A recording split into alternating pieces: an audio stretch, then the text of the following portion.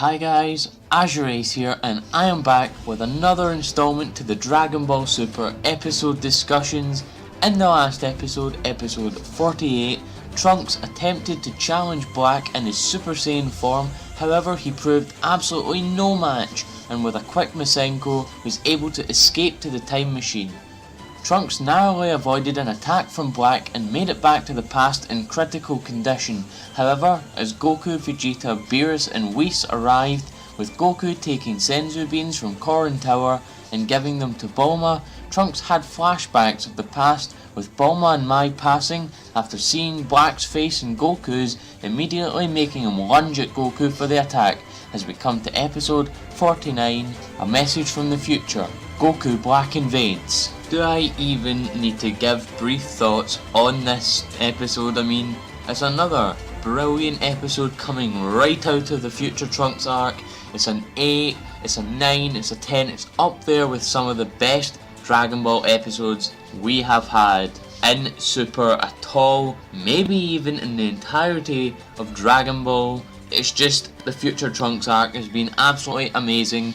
But without getting too into detail on my thoughts, let's just get right into the episode. We start where episode 48 left off, with Trunks' arm being grabbed by Goku as Trunks is still pretty pissed at him, and Bulma slaps some sense into him. Literally, she slaps Trunks. Now, this is both hilarious and did that really just happen kind of moment.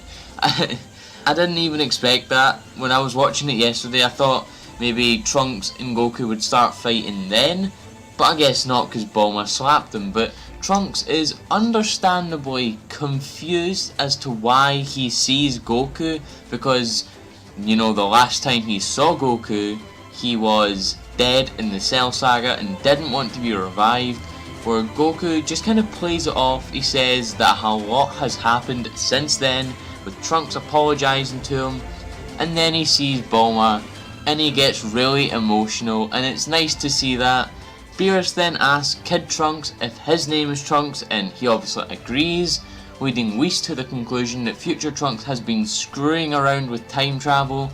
Bulma explains to everyone that Kid Trunks and Future Trunks are the same person, which confirms Beerus' suspicion as well with the whole time travelling thing, which makes him pretty angry, and we'll get into that in a moment. We get this whole skit with the Pilaf gang, and they're just kind of talking about time travel and things like that, and then they run off, and we see this small moment, this small segment where Future Trunks sees Kid Mai.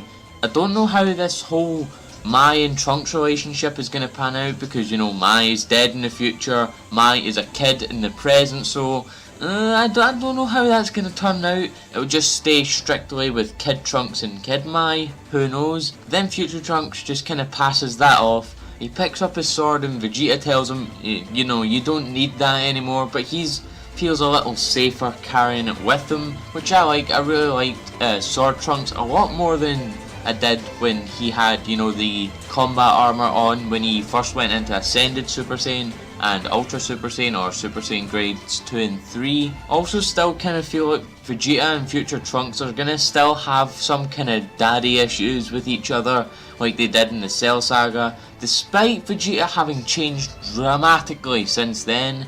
So hopefully we'll get to see kind of maybe both sides, you know. We'll get to see maybe Future Trunks and Vegeta have issues, and maybe Vegeta can be sincere as well for that. But then we switch to a scene where they're at the time machine, and Bulma's explaining to everyone that the time machine is her creation, obviously in the future. Future Trunks also explains to Kid Trunks that he met him once when he was just a baby.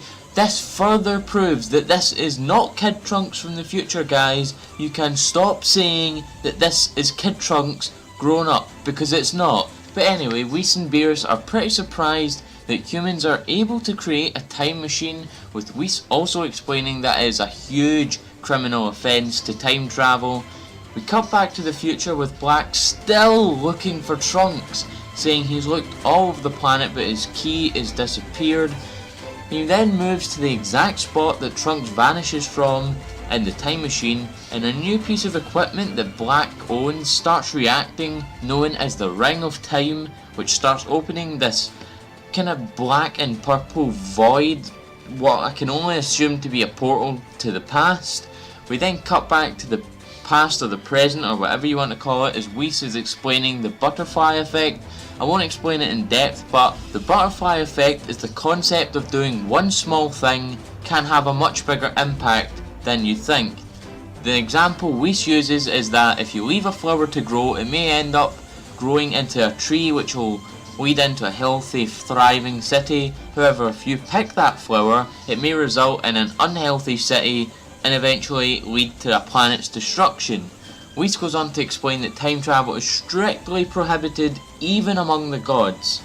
Trunks apologises to Whis, thinking that he is the god, but in fact it's actually Beerus, and it's a funny little skit there.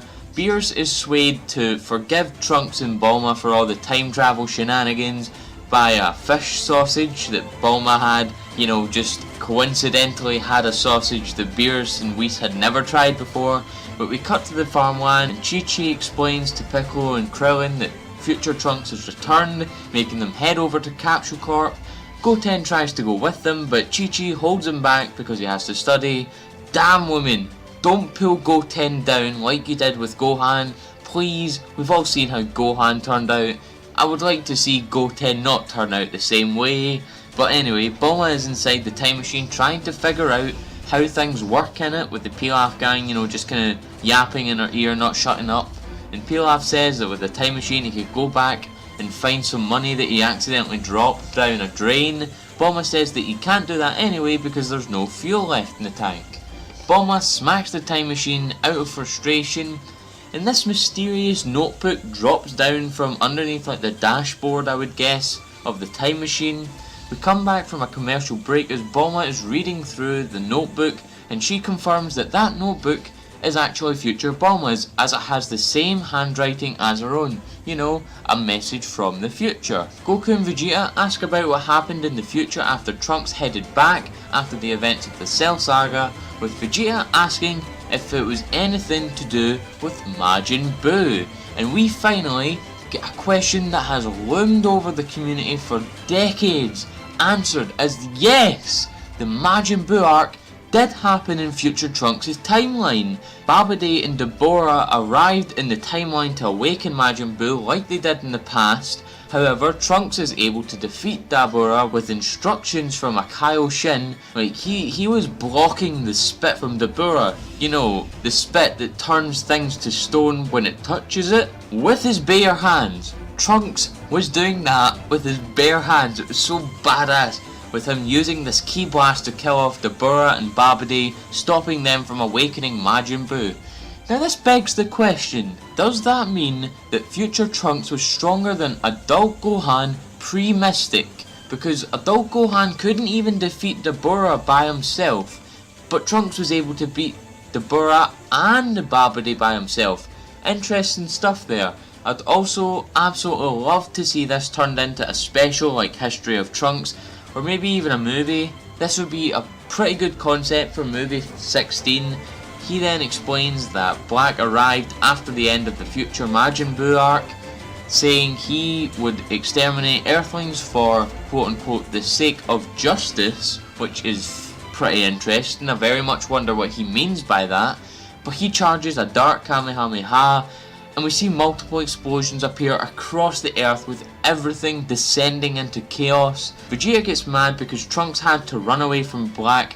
However, Bulma interrupts as she shows everyone what's inside the notebook, telling everyone that there are concepts and theories that are yet to be established in the present inside the notebook concerning, time travel and things like that, which is most likely going to be the key for future Trunks to get back to the future, and maybe even going off of the next episode title, which I'm going to talk about in the previews, leading off into everyone going into the future. So that's going to be really interesting to see. We finally get into an action part of the episode with Goku wanting to spar with future Trunks, which is kind of funny because, future Trunks wanted to spar with Goku back in the Cell Saga to see how strong he was. Now Goku wants to do the reverse, as we finally get another huge confirmation.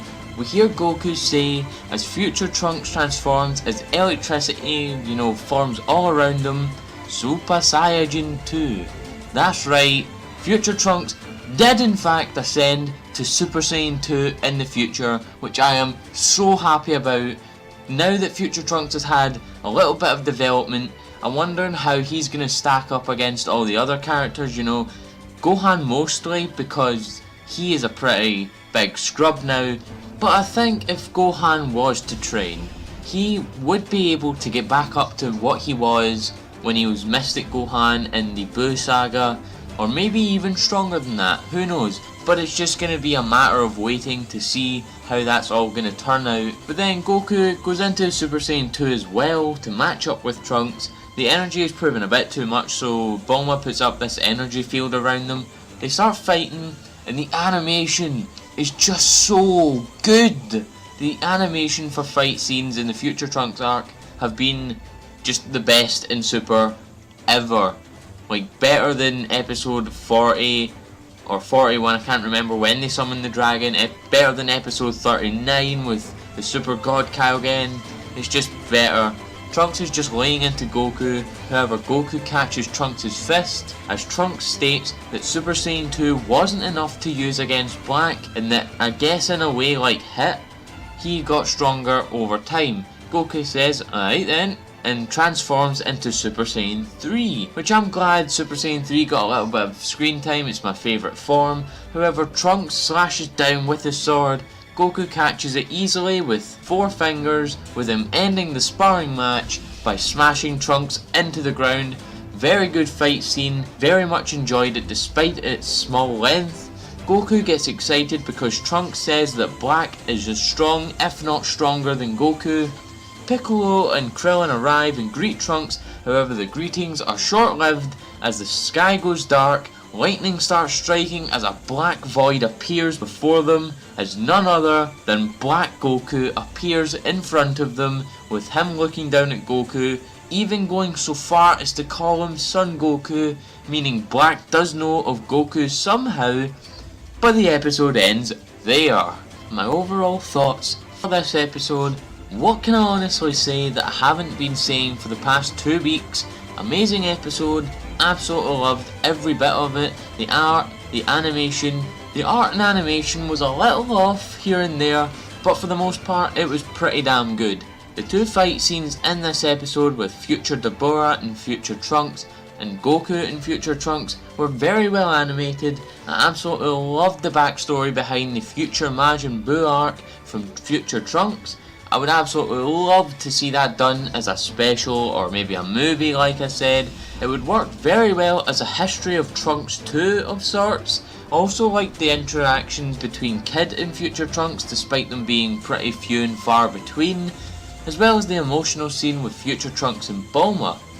Sumitomo again nailed the music for this episode to a T. I'm really starting to think that the Future Trunks arc can turn this ship around. Super was sitting at a painfully average 6 for me before this arc, because the Resurrection F arc was unnecessary and terrible. The Battle of Gods arc was pretty unnecessary as well, despite it being done pretty damn well for Super standards. The Champa arc had so many inconsistencies and plot holes that I would mistake it for Swiss cheese, but with the Future Trunks arc, it's such a different story. It's been amazing so far, and already better than I'd argue 2 out of 3 of the main arcs so far in Super, and we're only 3 episodes in. Absolutely great stuff. But with my overall judgments out of the way, it's time to get into the previews as we come to episode 50, entitled Goku vs Black, The Path to the Sealed Future. Now first I'm going to say, if you haven't watched my channel update, there is a possibility I will not be able to do a discussion on this episode when it comes out, with the reason being I won't be at home. I'll be on vacation in Spain at the time the episode goes live. But now for the actual previews. As we get into them, it looks like this episode is really just going to focus on Goku versus Black. It looks as though Goku goes Super Saiyan 2 in this episode against Black. It doesn't look like he goes Super Saiyan Blue at all in this episode. The fight also looks very even until the end of the episode, or the previews anyway, where Goku looks like he's getting utterly demolished by Black, with Black not looking like he's taken any damage at all. So I am wondering, is Black really above Goku? Is Black on the level of the gods? It doesn't look like Goku is going to stand much of a chance against him in this episode. It's going to be such a good one. It really sucks that I won't be able to do this episode, but I will try my very best to do it. That's all for the previews that I can discern from it. But if you guys like this video, please leave a like, comment your thoughts. What did you think of the future Trunks backstory, and what are you thinking for the Black vs Goku fight? Share this amongst your friends and subscribe to join the Azure Army today. Thank you.